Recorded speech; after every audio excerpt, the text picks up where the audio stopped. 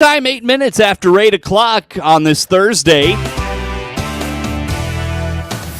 Top of the morning from the newsroom of Regional Radio and DeWittDailyNews.com. I'm Seth Lawrence with this expanded local newscast.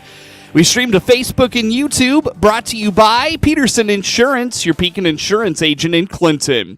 The director of a DeWitt County nonprofit aimed at boosting the local community is excited about the year ahead with a bold proclamation. Kurt Homan is the executive director of the DeWitt County Development Council and indicates his excitement for the year ahead because of the work they've done in the last few years. There's 3 to 5 businesses that will open up in 2020 this year, 2024, and that's based on work that we did last year. So we basically prepped businesses ready to open up this year, and so those will be highlights. I can say they're definitely highlights for 2023 because if we hadn't done those things, the visible aspects of that wouldn't have shown up in 2024, but we really need to highlight their success a little bit later on this year. I'm extraordinarily excited about 2024, and the reason I'm so excited about 2024 is all of the things we did behind the scenes in 2023.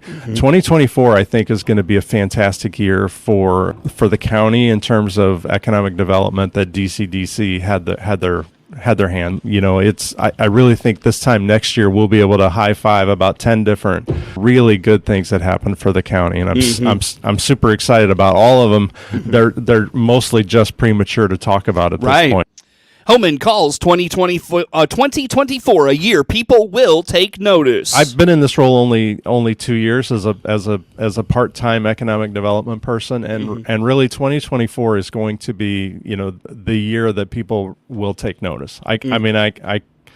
I can almost assure everybody that it's going to be an exciting year. The nationwide economic perspective is going to get a little bit better. The Fed's already discussing lower interest rates, which would be wonderful with the historic rise in interest rate, the quick rise in interest rate that was very harmful to a lot of businesses. And most people say, a lot of homeowners don't necessarily understand. They say, well, my mortgage payment didn't change because rates went up. Most business loans are variable rate loans, and they fluctuate differently. So if you had a 2 or 3% loan a couple of years ago, you may be looking at a 10% loan now, and on $2 or $3 million, that's a substantial change. So all of a sudden, there's trouble in paradise in many cases. So with rates coming down, that should ease some of that burden a little bit for many businesses, and that's a positive thing for sure.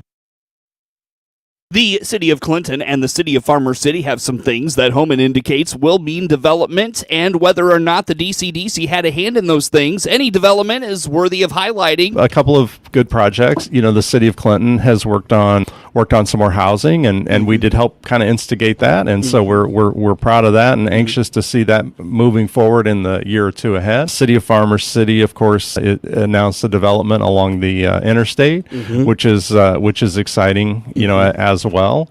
I would say from a business or economic perspective, both of those are substantial successes for the county for sure. We'll look at those as highlights, but even that, it's the small business owners that we helped get going, that we worked with, we helped keep open. We'll have more with Homan in the weeks ahead as a record year of grant funding for the community is already underway. Follow the DeWitt County Development Council on Facebook to keep up with the latest for an anticipated busy year ahead. The winter meeting season is in full swing for those in the world of ag, and the University of Illinois Extension is hoping you'll keep several programs coming up on the radar. Terry Miller-Casey is Extension Director for the U of I Extension in Logan, Menard, and Sangamon counties, and is highlighting a program coming up in a week on the spotted lanternfly. Yeah, spotted lanternfly has been spotted. Unfortunately, this year it was up north, but we did have the first confirmed locating of a spotted lanternfly in Illinois, and so that's obviously created concern, and we want to definitely get awareness out there about it.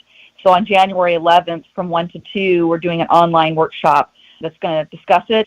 It's just one of those little unwanted invasive pests that we've unfortunately been having to deal with more and more frequently. So we want folks to know how to identify it, what they need to do if they see it, how they report it, and as well as how to manage it and to prevent its further spread. So we're going to have some experts talking on that. We're also going to have someone from the Morton Arboretum. They're going to explore why monitoring for spotted lanternflies in winter is important and how you can help, reduce its spread. And, we want to definitely stay on this. It gets a foothold in, it stays, it establishes itself. And it is originally from Southeast Asia. And, it is out of its normal environment. And so our local species don't have really a resistance to it. It's a tale that we've heard over and over again with invasive species. And the problem with the lanternfly is that it causes damages to the plant by sucking its sap. And then when it creates its waste product, that encourages fungal diseases. So it's kind of an attrition. It's sucking its sap, so it's weakening it. It could cause loss of winter hardiness. You might, like with vine, that's why it's really, really scary to folks who have, vineyards, because it can cause all kinds of problems, vine death, not getting the bloom, and then you have problems with funguses. So the good news is some preliminary research coming out of some areas we've had it longer than us out east is it might not be quite as devastating as we first thought it might be, but it's still not good. Mm-hmm. It's really, really hard on vine crops, but it also can affect trees and other crops as well. So yeah, it's one of those things. Unfortunately, it's new to our environment, and we're living through a real-life experiment at this point. Everybody can play a role in helping to spot it. I know the one up north, I believe, was spotted by a gardener who noticed it. So between our gardeners, between our farmers, between folks that are just out enjoying nature, I think we can all play a part in helping to spot it. Spotted and spotting, that's just so funny. There's so many ways to connect those together. But I think it's really important that everyone can play a part in this, and when we identify them, we can begin to look for their breeding and where their colonies are, and, and that can really help. So I think it's something everybody can play a part in. As far as the spotted lantern, I really encourage folks on January 11th, if they can, to get online for the 1 to 2 webinar event. Of course, we do record a lot of these, and so you can come back and see it again later and get that information, because it's really important. We want folks to be able to know more about it.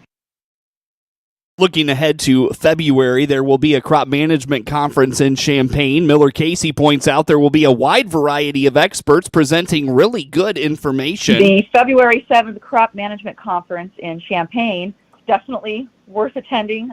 It is an $80 fee if you register by January 31st. If you procrastinate, February 1st through 7th, it is $100. However, if you're a student, it's $20. So we really encourage students to come and learn about today's best crop management, research and how it applies to our farms.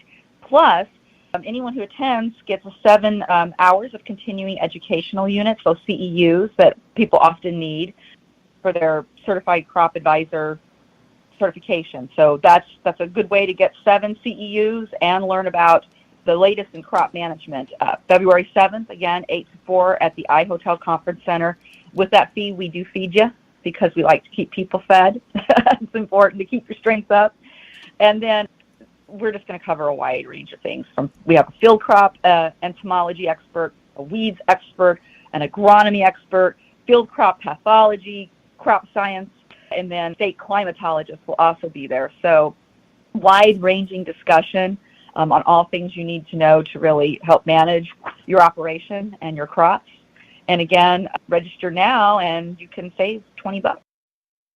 One of the more popular programs of the off-season for producers is the Dudley Smith Farm Winter Meeting. That comes up again on February 16th in Christian County, outside Taylorville. And then we have the Dudley Smith Farm Winter Meeting, and that's actually over in Christian County. It's in the Taylorville office, but it is the annual winter meetup that covers the Dudley Smith Farm, which is a research farm operated by the University of Illinois over there by Taylorville. And every year this is a really great opportunity for folks to learn more about herd management and strengthening their cattle operations. It talks about all kinds of subjects that impact managing beef cattle operations all year long. And it's a good chance to come together and just learn from other folks who are in the industry, and to have some great conversations with some of our specialists from campus. We're going to have our extension livestock economic specialist speaking, and we're going to have a beef producer from Shelby County talk about their successful grazing techniques that they've used.